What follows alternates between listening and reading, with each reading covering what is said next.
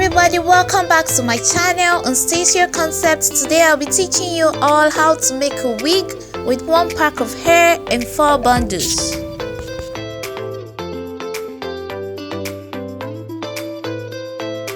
Basically, I'm measuring 1 inch at the front and subsequently I'll be measuring 2 inch or 1.5 behind.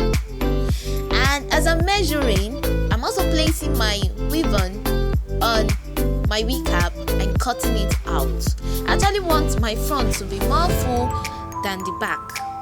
And another techniques I would like you all to learn from today's tutorial is that you can also divide your weavon into 2 equal parts. I don't mean the normal division, I mean dividing it horizontally.